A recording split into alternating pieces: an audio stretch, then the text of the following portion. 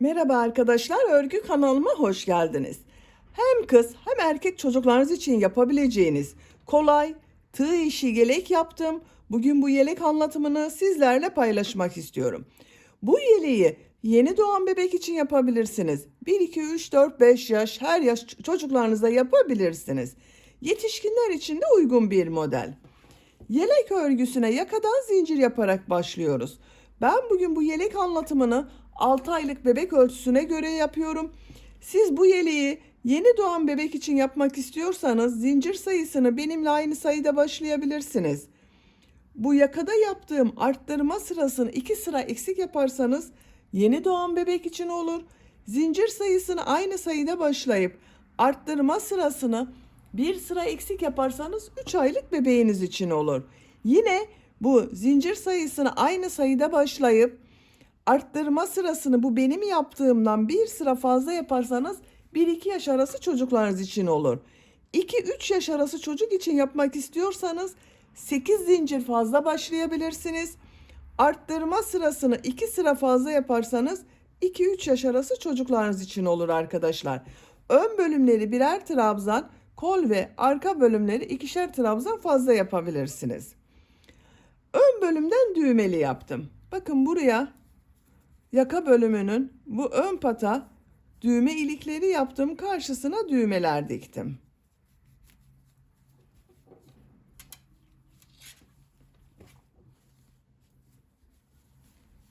Kol bölümünü bu şekilde yaptım. Çok güzel oldu. Yelek örgüsünde iplik olarak benekli bir iplik kullandım bakın. Şu şekilde arkadaşlar, iplik içinde benekler var. Kullandığım iplik üzerinde 100 gram iplikle 300 metre var. Bir yumak iplik yeterli. Mavi renk iplik olarak da bu beneklerin içinde bulunan bakın mavi renk ipliği kullandım. Ben bugün bu ipliği kullandım. Buradan iplik markası söylememiz yasak arkadaşlar. Siz tercihinize göre her marka iplik ve renkleri kullanarak bu yelek örgüsünü yapabilirsiniz. Düz renkli iplikler ile de çok güzel oluyor.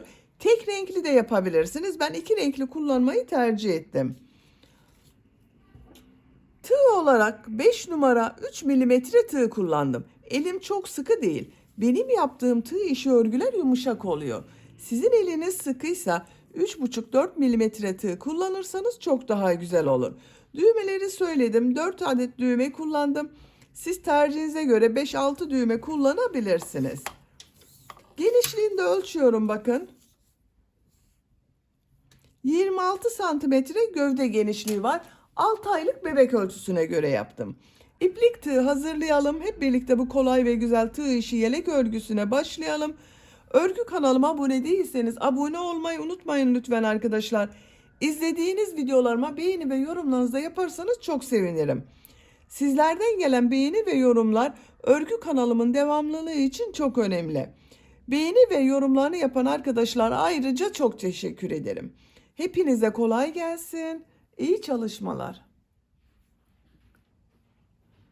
Örgüye yakadan zincir yaparak başlıyoruz.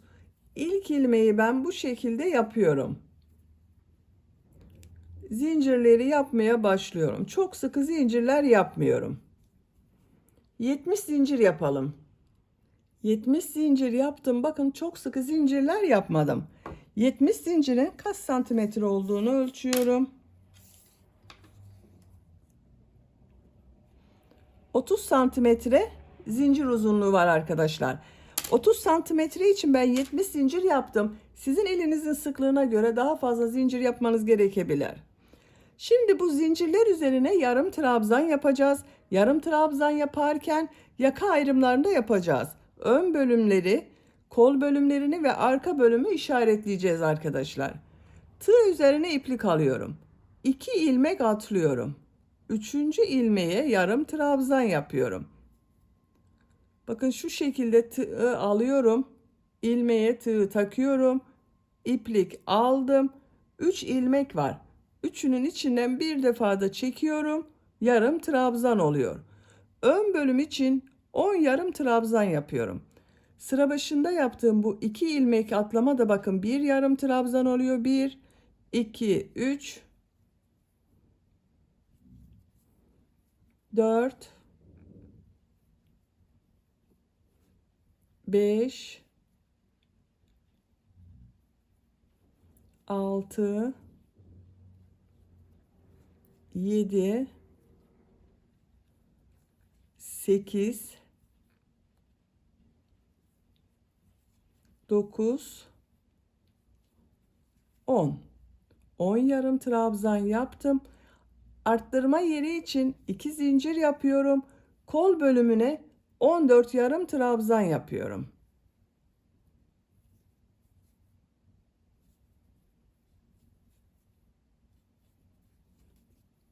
...14 yarım trabzanı yapalım. Kol bölümü için buraya bakın 14 yarım trabzan yaptım. 2 zincir yapıyorum arttırma yeri için. Arka bölüm için 20 yarım trabzan yapıyorum.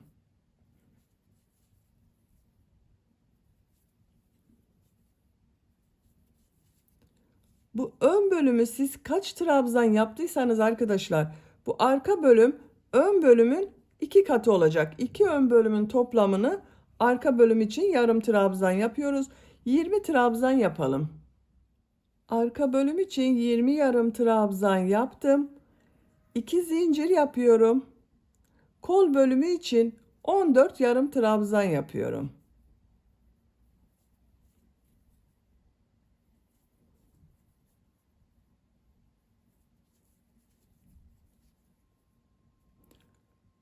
...14 yarım trabzanı yapalım. Kol bölümü için 14 yarım trabzan yaptım. Arttırma yeri için 2 zincir yapıyorum. 10 yarım trabzan yapıyorum.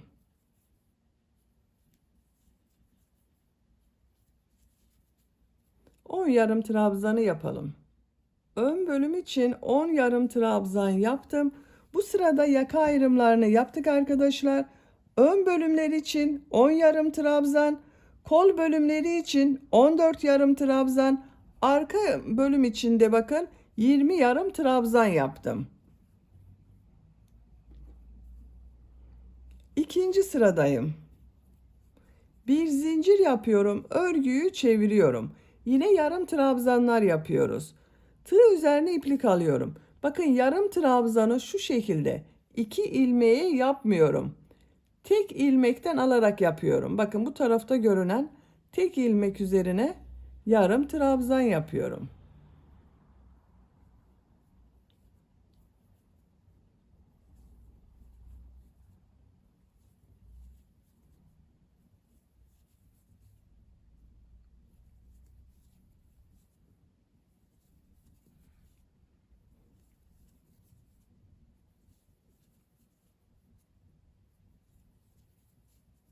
Bakın 2, 4, 6, 8, 10 yarım trabzan yaptım.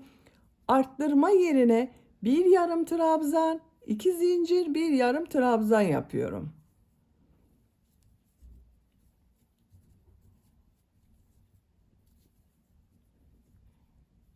Kolda bulunan ilmekler üzerine bakın yine ilmekten alarak yarım trabzan yapıyorum. Şu şekilde yapmıyorum.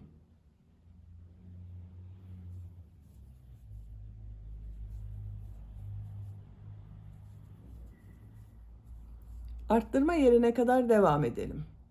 Arttırma yerine kadar kol bölümünde yarım trabzan yaptım. Buraya bir yarım trabzan, 2 zincir, bir yarım trabzan yapıyorum. Bakın kol bölümünde bu sırada arkadaşlar 2, 4, 6, 8, 10, 12, 14, 16 yarım trabzan oldu. 2 yarım trabzan artmaya oldu bakın bu sırada. İlmeklere yarım trabzan yaparak devam ediyorum. Arttırma yerine kadar devam edelim. Buraya kadar yarım trabzan yaptım. Arttırma yerine bir yarım trabzan, 2 zincir, bir yarım trabzan yapıyorum. Diğer ilmeklere yarım trabzan yaparak devam ediyorum. Bakın şu şekilde yapmıyorum. Şu tek ilmekten alarak yarım trabzan yapıyorum. Arttırma yerine kadar devam edelim. Arttırma zincirine kadar yarım trabzan yaptım. Bu arttırma zincirinin üzerine bir yarım trabzan, iki zincir, bir yarım trabzan yapıyorum.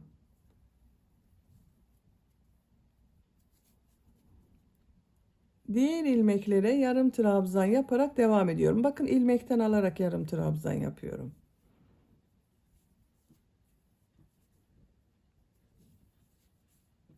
Sıra sonuna kadar devam edelim.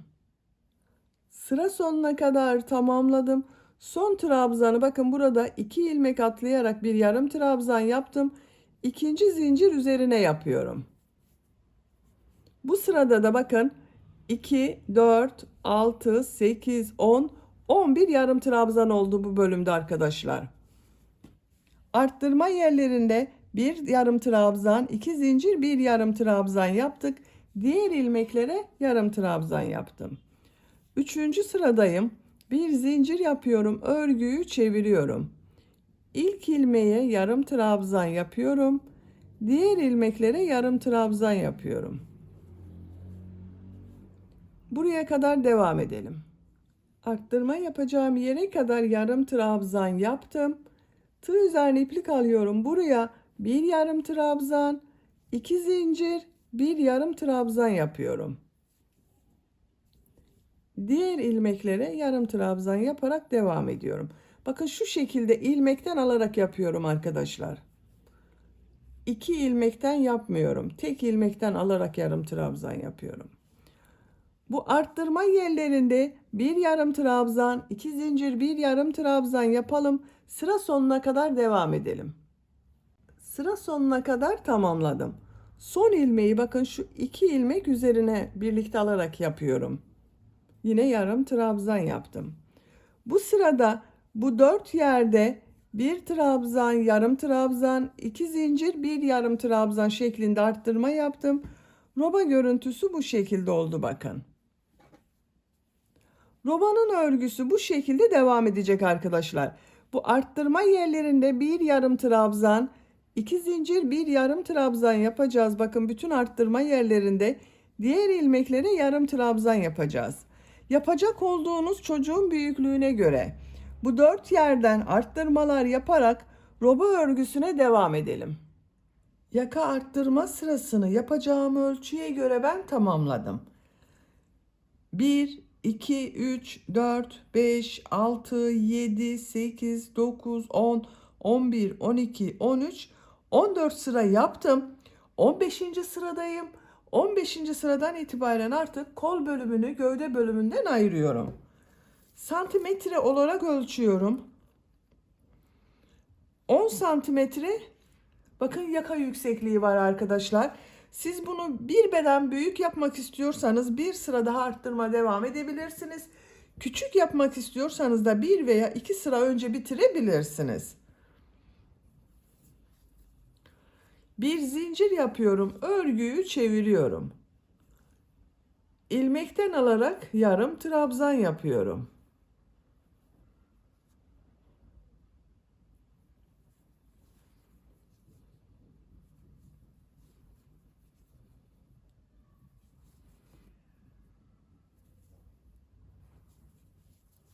Arttırma yaptığımız bu zincire kadar devam edelim. Arttırma yaptığım zincire kadar yarım trabzan tamamladım. Bu zincir üzerine bu sırada bakın 2 yarım trabzan yapıyorum. Kol altı için bir zincir yapıyorum. Tığ üzerine iplik alıyorum. Kolda bulunan bütün ilmekleri atlıyorum. Bu arttırma zinciri üzerine 2 yarım trabzan yapıyorum. Diğer trabzanları bakın ilmeklerden alarak devam ediyorum.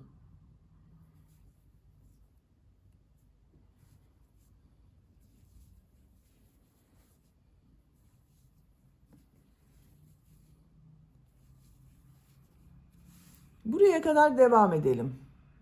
Buraya kadar bakın yarım trabzan tamamladım. Arttırma yerine 2 yarım trabzan yapıyorum. Kol altı için bir zincir yapıyorum. Kolda bulunan bütün ilmekleri atlıyorum.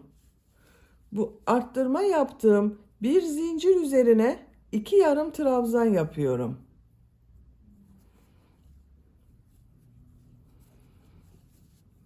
Diğer trabzanları bakın ilmekten alarak yarım trabzan yapıyorum.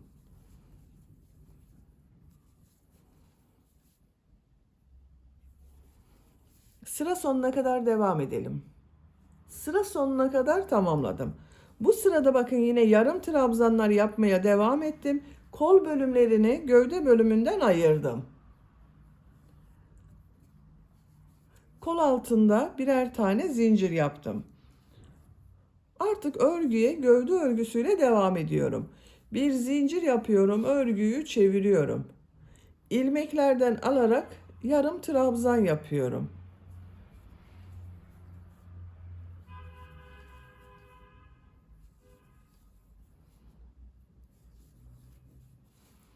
Buraya kadar devam edelim. Kol altına kadar yarım trabzan tamamladım. Bu kol altında bakın bir zincir yaptım. Bu zincir üzerine 2 yarım trabzan yapıyorum.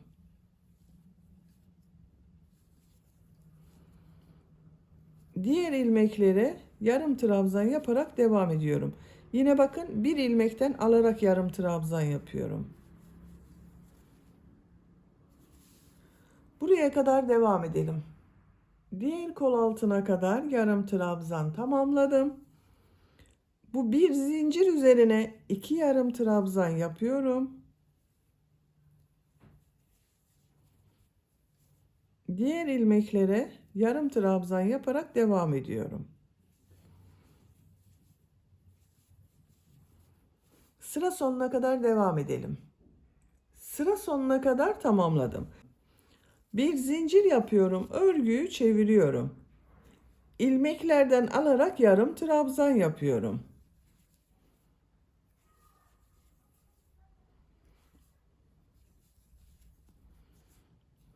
Sıra sonuna kadar devam edelim. Bir zincir yapıp örgüyü çevirelim. Bu şekilde gövde örgüsüne devam ediyoruz arkadaşlar.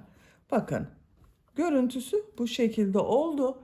Yapacak olduğunuz çocuğun büyüklüğüne göre bu sıraları tekrarlayarak gövdenin örgüsünü tamamlayalım. Gövde örgüsünü yapacağım ölçüye göre tamamladım. Kol altından sonra bakın 1, 2, 3, 4, 5, 6, 7, 8, 9, 10, 11, 12, 13, 14, 15, 16, 17, 18, 19, 20, 21 sıra yarım trabzan yaptım arkadaşlar. Ölçüyorum. 17 santimetre yükseklik yaptım. Siz tercihinize göre 1-2 sıra devam edebilirsiniz. Ben ipliği burada kestim. Bakın bu renk ipliği kestim.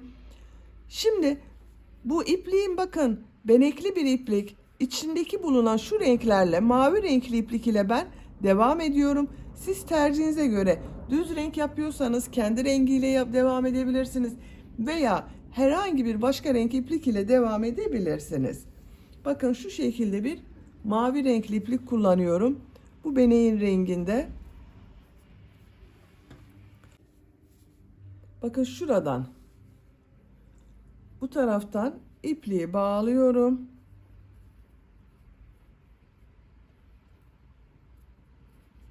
Buradan ilmek yapıyorum. 2 zincir yapıyorum. Bu 2 zincirde bir trabzan. Şu ilk trabzanı ters taraftan boşluktan alıp trabzan yapıyorum. Bu trabzan bakın düz taraftan boşluktan alıp trabzan yapıyorum. Ters taraftan boşluktan alıp trabzan yapıyorum. Bakın şu şekilde yapmıyorum arkadaşlar. Şu tığı trabzan boşluğuna takıyorum. Trabzan yapıyorum. Bir düz bir ters boşluktan alarak trabzan yapıyoruz.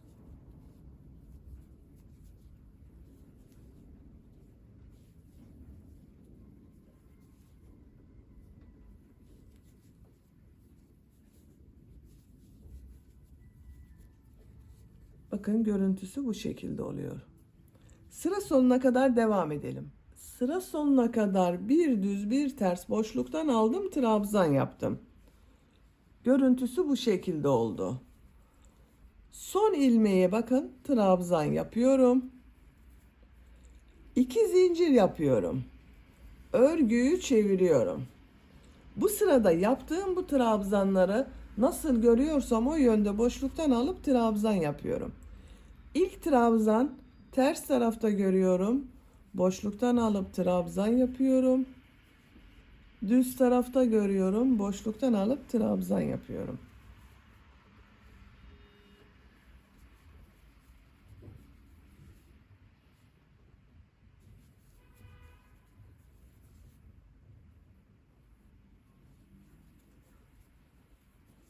Bir düz bir ters boşluktan alarak trabzan yapıyoruz. Sıra sonuna kadar devam edelim. Sıra sonuna kadar tamamladım. Bakın mavi renk iplik ile 2 sıra yaptım arkadaşlar. Görüntüsü bu şekilde oldu. Ben burada bitiriyorum. Ön patlara başlıyorum. Bu renk iplik ile devam ediyorum. İlk önce sık iğne sırası yapıyoruz.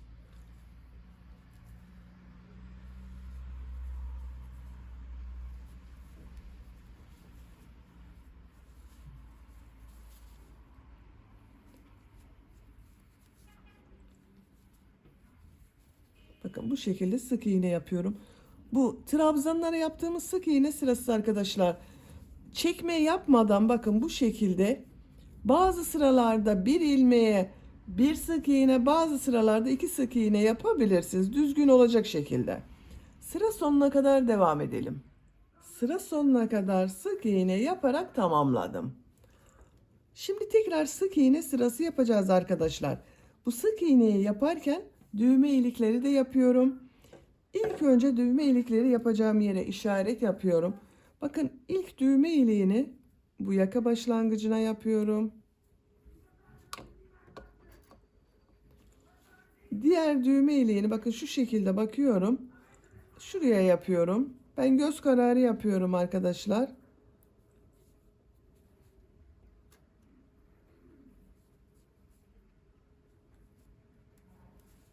Bakın şunları saydım. İşaret yaptığım sıra var, şu kabarık görünen. Bundan sonra 1, 2, 3 sıra saydım. 4. sırada düğme için işaret yaptım. 1, 2, 3, 4. sıraya işaret yaptım. 1, 2, 3, 4. sıraya işaret yapıyorum. Ben 4 düğme kullanmayı tercih ediyorum. Siz tercihinize göre bunu daha sık yaparak 5-6 düğmeli yapabilirsiniz.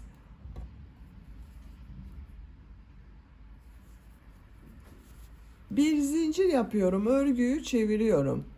İlk ilmeğe sık iğne yapıyorum. Düğme iliği için 3 zincir yapıyorum. 2 ilmek atlıyorum, sık iğne yapıyorum. Bu zincir sayısı düğmenin büyüklüğüne göre değişir arkadaşlar. Bakın ben bugün bu şekilde bir düğme kullanıyorum. Bu düğmenin geçeceği kadar. Siz daha küçük düğme kullanıyorsanız 2 zincir yapabilirsiniz. Kaç sık iğne yaptığımızı sayalım. Bakın 1, 2, 3, 4, 5, 6, 7, 8, 9, 10, 11 sık iğne yaptım. Düğme iliği için 3 zincir yapıyorum. 2 ilmek atlıyorum. 11 sık iğne yapıyorum.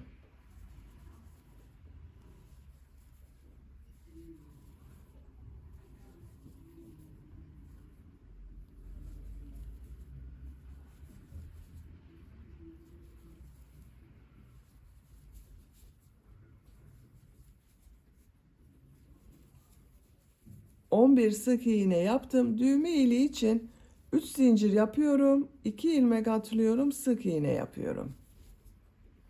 11 sık iğne yapıyorum.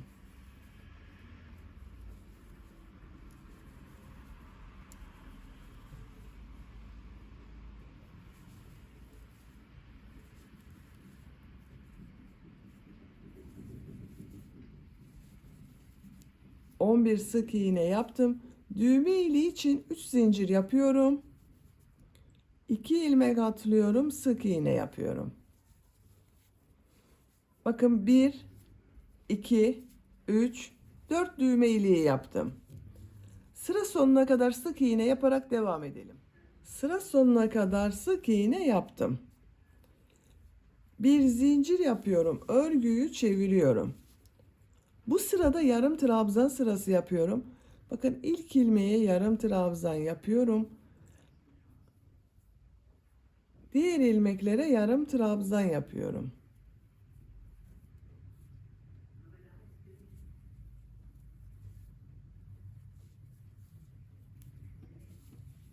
Düğme iliği yaptığımız zincire kadar devam edelim. Düğme iliği yaptığım zincire kadar yarım trabzan yaptım. Zincir üzerine 2 yarım trabzan yapıyorum. Diğer ilmeklere yarım trabzan yapıyorum. Bakın düğme iliği daha belirgin oldu. Bu zincir üzerine ve bu zincir üzerine 2 yarım trabzan yapalım. Diğer ilmeklere 1 yarım trabzan yapalım. Sıra sonuna kadar devam edelim. Sıra sonuna kadar tamamladım. Bakın düğme ilikleri yaptığım zincirler üzerine 2 yarım trabzan yaptım. Diğer ilmeklere birer yarım trabzan yaptım. Son ilmeğe de yarım trabzan yaptım. Yaka çevresinde sık iğne yaparak devam ediyorum.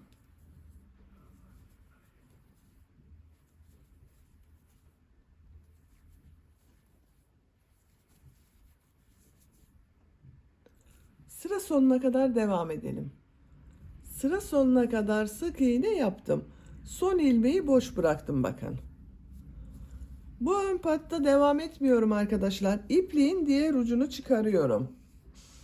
Bakın bu ipliği burada bekletiyorum. Bu beklettiğim iplik ile son sırada yarım trabzan sırası yapacağız. Bakın şu yuvarlak görüntüyü elde etmek için bu ipliği bekletiyorum. İpliğin diğer ucuyla 2 sıra sık iğne yapıyorum. Şu ilmekten ilmek yapıyorum. Sık iğne yapıyorum.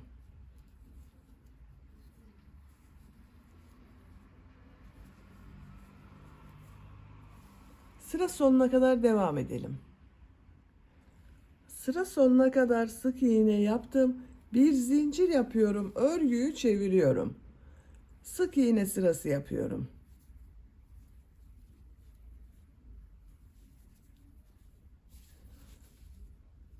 Sıra sonuna kadar devam edelim. Sıra sonuna kadar sık iğne yaptım. İpliği kesiyorum.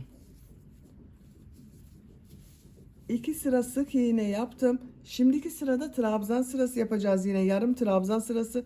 Bakın burada da aynı yaptım arkadaşlar. Burada beklettiğim iplik ile devam ediyorum.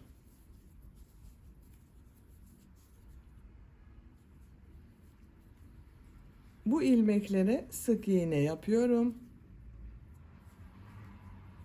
Bakın son ilmeğe sık iğne yaptım. Yarım trabzan yapıyorum artık.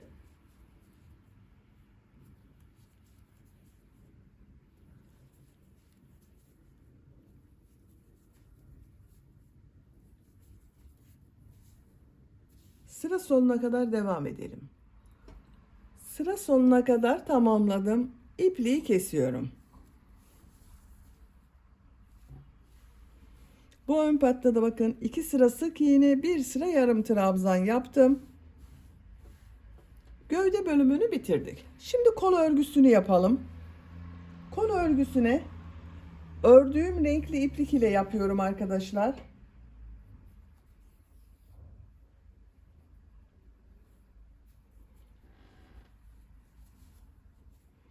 Bakın kol altında bulunan şu ilmeğe ipliği bağlıyorum.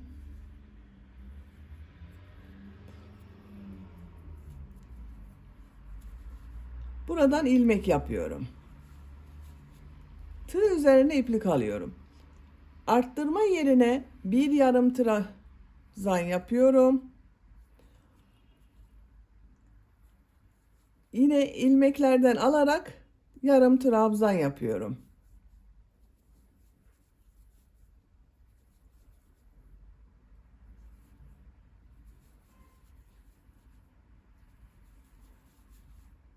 Sıra sonuna kadar devam edelim.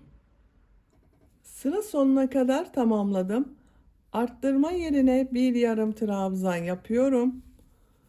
Kol altında yaptığım bakın şu ilmek ile ilmek kaydırma yaparak birleştiriyorum. İpliği kesiyorum.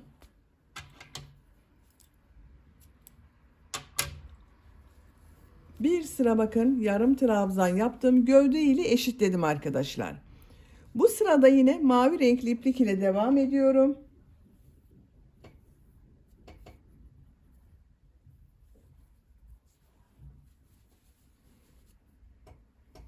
Kol altında bulunan ilmeğe ipliği bağlıyorum.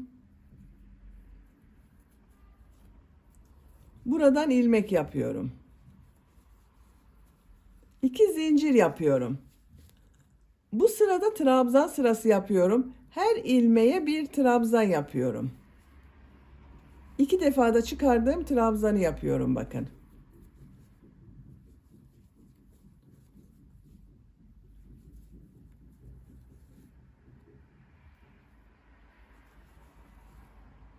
Sıra sonuna kadar devam edelim. Sıra sonuna kadar trabzan yaptım. Şu ilk ilmek ile ilmek kaydırma yaparak sırayı birleştiriyorum. Bakın bu renk iplik ile bir sıra trabzan sırası yaptım. Bu sırada burada yaptığımız gibi trabzanları bir düz bir ters boşluktan alıp trabzan yapıyorum. 2 zincir yapıyorum. İlk trabzan boşluktan alıyorum, trabzan yapıyorum. Ters taraftan boşluktan alıyorum, trabzan yapıyorum.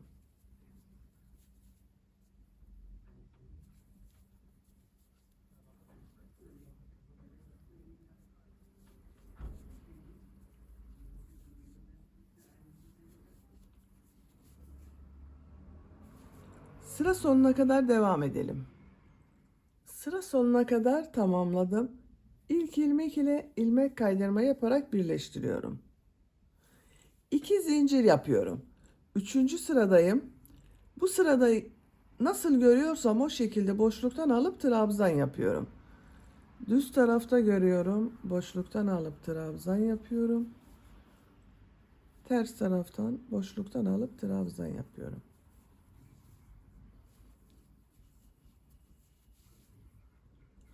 Sıra sonuna kadar devam edelim. Sıra sonuna kadar tamamladım. İlk ilmek ile ilmek kaydırma yaparak birleştiriyorum. 1, 2, 3 sıra yaptım. Bu yükseklik bakın benim yapacağım ölçü için yeterli. İpliği kesiyorum.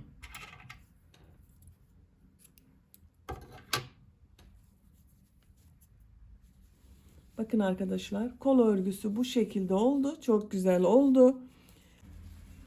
3 sıra yaptım. Bu yükseklik benim yapacağım ölçü için yeterli.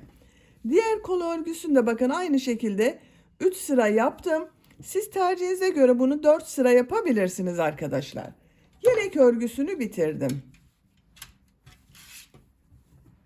Bakın görüntüsü bu şekilde.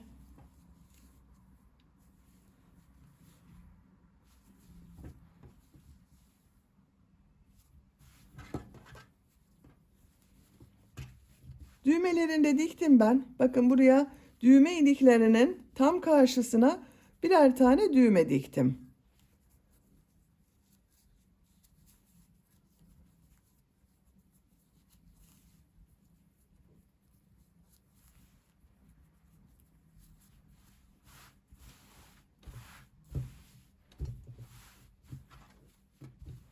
Bitmiş olarak ölçülerini söylüyorum. Kol altının buradan gövde genişliğini ölçüyorum. 26 santimetre. Kol altından yükseklik 18 santimetre. Omuzdan yüksekliği ölçüyorum. 31 santimetre. 6 aylık bebek için yaptım. Bakın bu şekilde oldu. Bebeğiniz kilolu bir bebekse 3 aylık bebeği olur arkadaşlar. Zayıf bir bebekse 1 yaş çocuğunuza çok rahat olur. Beni dinlediğiniz ve izlediğiniz için hepinize çok teşekkür ederim. Örgü kanalıma abone değilseniz abone olmayı unutmayın lütfen. Sizlerle yeni örgülerde görüşmek dileğiyle. Hoşça kalın, sevgiyle kalın.